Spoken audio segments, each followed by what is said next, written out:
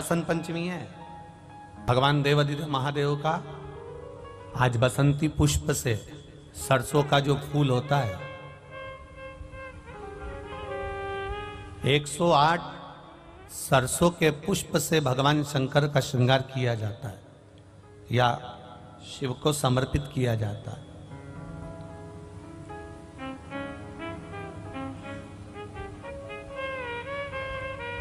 अगर डॉक्टर बोल भी देता है कि ऐसा लग रहा है कि कोई बड़ी बीमारी आने वाली है, शरीर में कोई ऐसा रोग आने वाला है कि ये बहुत बड़ा रहेगा, हम उनको हमेशा कहते आए हैं कि प्रयास करना कि बसंत पंचमी के दिन सरसों के फूल 108 शंकर भगवान को चढ़ जाएं, उसके बाद जांच करवाना प्रारंभ करो, बड़ी बीमारी नहीं आएगी, बाबा उसको टाल ही देगा। उसका नाम महामृत्युंजय है, उसका नाम ही महामृत्युंजय। और हमने पहले भी बैतुल की कथा में कहा था कि सरसों का जो पुष्प होता है, कोई आप कार्य करने के लिए जा रहे हो, कोई ठेकेदारी करने के लिए जा रहे हो, उसमें भी सरसों का पुष्प देवादिदेव महादेव के लिए बहुत प्रबल होता है, बहुत प्रबल। पंचमी के दिन जो बच्चा पढ़ने में कमजोर होता है उसके हाथ से सरसों के 31 फूल शंकर जी को चढ़ा दिए जाते हैं तो बच्चा पढ़ने में अव्वल निकल जाता है। उसके बच्चे को कभी नहीं कह सकते कि पढ़ने बैठ, वो खुद बैठेगा।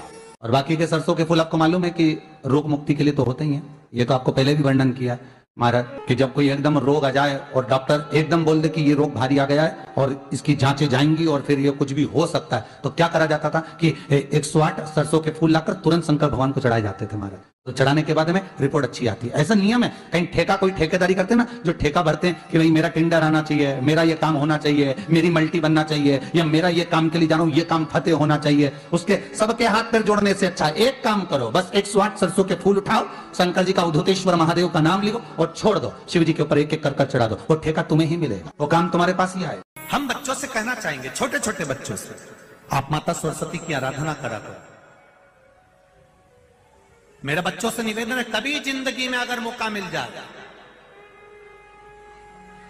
और सरसों के फूल यदि आपके जीवन में आपको कहीं से प्राप्त हो जाए, सरसों के फूल जानते हो ना, पीला कलर का होता है सरसों का फूल, आप प्रयास करो सरसों का फूल। जिस दिन माता सरस्वती का, मेरी बागेश्वरी का जिस दिन प्रागट्य उत्सव हो बसंत पंचमी का, उस समय पर माता सरस्वती का स्मरण कर कर वो सरसों का फूल आप देवादिदेव महादेव को चढ़ाइए। जैसे माता सरस्वती को ज्ञान दिया था वैसा मेरा महादेव आपको भी ज्ञान दे।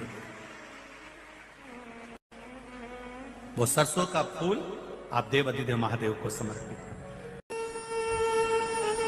केवल आज बसंत पंचमी का दिन, एक ही दिन। शिव को प्रिय है पुष्प में आंक का पुष्प, जो आंकड़े का पुष्प होता है शंकर को बड़ा प्रिय है।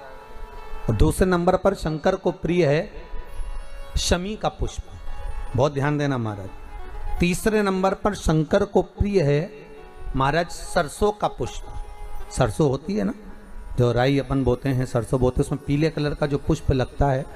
हमारा तो निवेदन रहता है जब तक सरसों आए तो प्रयास करा करो कि सरसों के 108 पुष्प शंकर भगवान पर चढ़ाना प्रारंभ कर दो।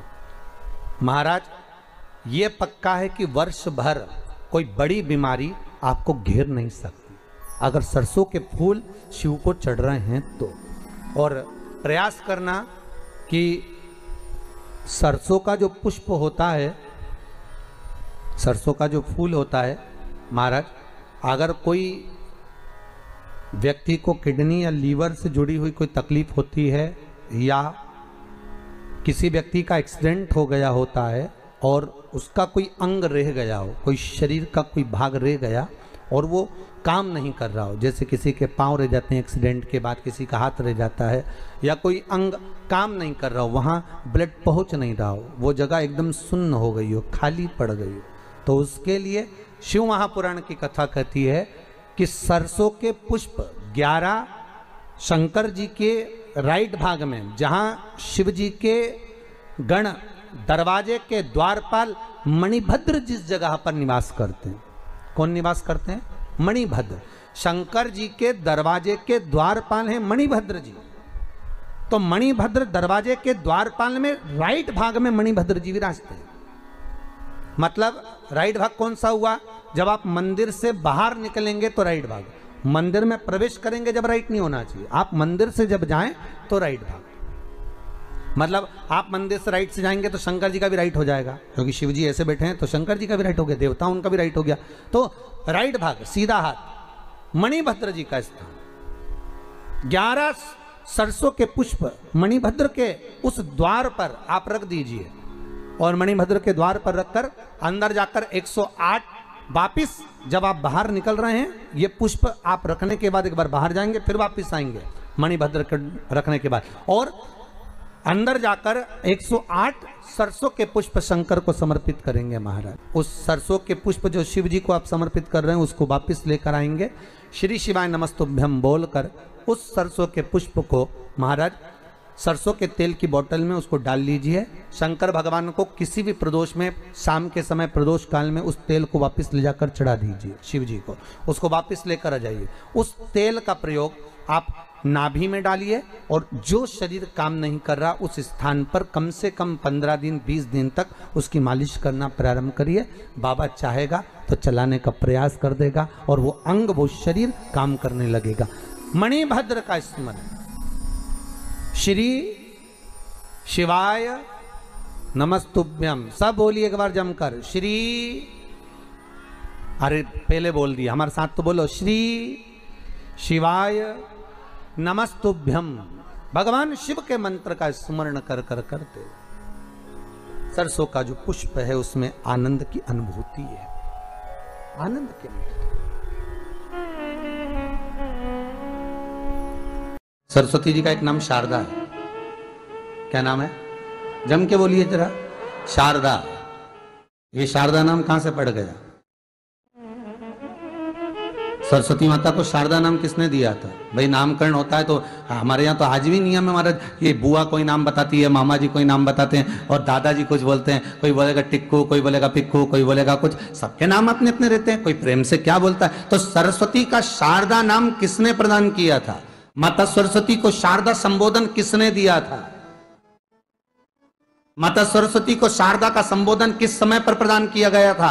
जिस समय पर शंकर और पार्वती भ्रमण पर निकल रहे थे और भगवान ब्रह्मदेव सरस्वती को ढूंढ रहे थे, और माता सरस्वती को ढूंढते हुए ब्रह्मा जब भगवान शंकर की साक्षी में पहुंचे हैं, तब भगवान शंकर से ब्रह्मदेव ने कहा, आप कहीं सरस्वती को देखें तो मुझे भेजिएगा, मेरे पास में भेजिएगा। शंकर भगवान ने उसी समय पार्वती से कहा, पार्वती,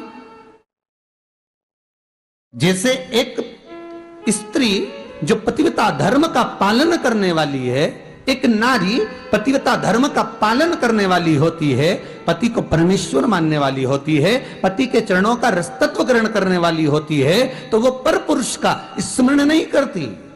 उसी तरह एक पति जो अपनी अर्धांगिनी के साथ में रहे और अर्धांगिनी के साथ चले, तो पर नारी का स्मरण नहीं होना चाहिए। तो एक काम करो पार्वती, तुम उस सरस्वती को बुलाना प्रारंभ करो। अब पार्वती जी ने कहा, सरस्वती तो मेरी बहन जैसी है, सरस्वती तो मेरी सखी जैसी है, अब मैं उसको अगर बुलाऊं, आवाज दूं, अच्छा नहीं लगेगा। तो माता पार्वती जब ढूंढते ढूंढते ढूंढते ढूंढते शंकर भगवान के साथ में भ्रमण करती करती पहुंची, तो क्या देखती हैं माता पार्वती कि एक सरोवर के पास में माता सरस्वती बैठकर सरोवर में अपना मुखाग्रविंद देख रही थी। श्वेत वस्त्र था मेरा माँ का, और बड़ी सुंदर गले में माला पहन रखी थी माता सरस्वती ने, और एक सरोवर में माता सरस्वती अपने मुख को जब निहार रही हैं, उस दर्पण के भाव में अपने प्रतिबिंब को देख रही हैं, तब उस समय पर माता पार्वती ने कहा, शारदा, सरस्वती को लगा कि मेरा संबोधन ये किसने कहा, पलट कर देखा, सरस्वती ने कहा, पार्वती तुम? हाँ, मैंने तेरा जो दर्पण में प्रतिबिंब देखा है, तेरा स्वरूप देखा, पर तू इतनी सुंदर है, इतनी सुंदर है पर तेरा जल में जो स्वरूप देखा ना, वो नीला दिखाई दिया, थोड़ा सा श्याम दिखाई दिया, इसलिए मैंने तुझे शारदा कह दिया। आज भी हमारे मध्य प्रदेश के कटनी और सतना के बीच में महियर में आज भी शारदा भवानी विराजमान है महाराज।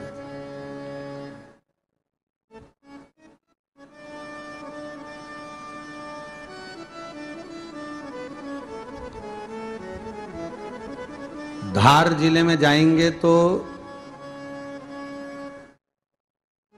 बाग क्षेत्र में मां बागेश्वरी, मां शारदा आज भी विराजमान। कहा सरस्वती जी पूछी, पार्वती तुमने मेरे को शारदा क्यों कहा? क्योंकि तेरा जो प्रतिबिंब था वो श्याम नजर आ रहा था मुझे।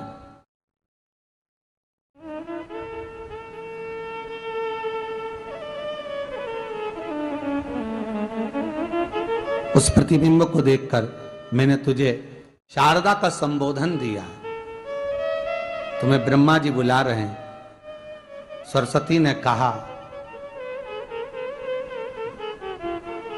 पार्वती मैया दीदी, आपने मुझे जो नाम दिया है, जगत के लोग, संसार के लोग मुझे इस नाम से जब पुकारेंगे तो ये शारदा, ये सरस्वती स्वयं उसके कंठ पर, उसके मस्तिष्क पर सदा विराजमान रहेगी, ये शारदा बनकर। इसलिए हमारे स्कूलों में, हमारे काव्य ग्रंथों में, हमारे जो कविगण रात्रि को जो काव्य पाठ करते हैं, कविता का स्मरण करते हैं, वो सरस्वती की वंदना नहीं करते, हे शारदे मां, शारदा की वंदना करते।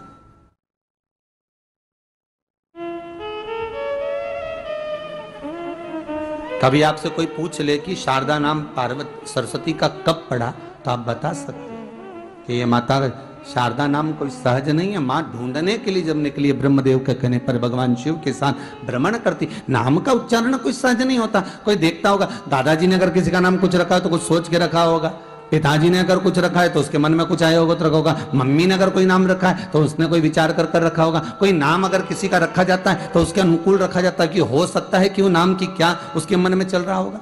तो शारदा का संबोधन कोई सहज नहीं है। माता सरस्वती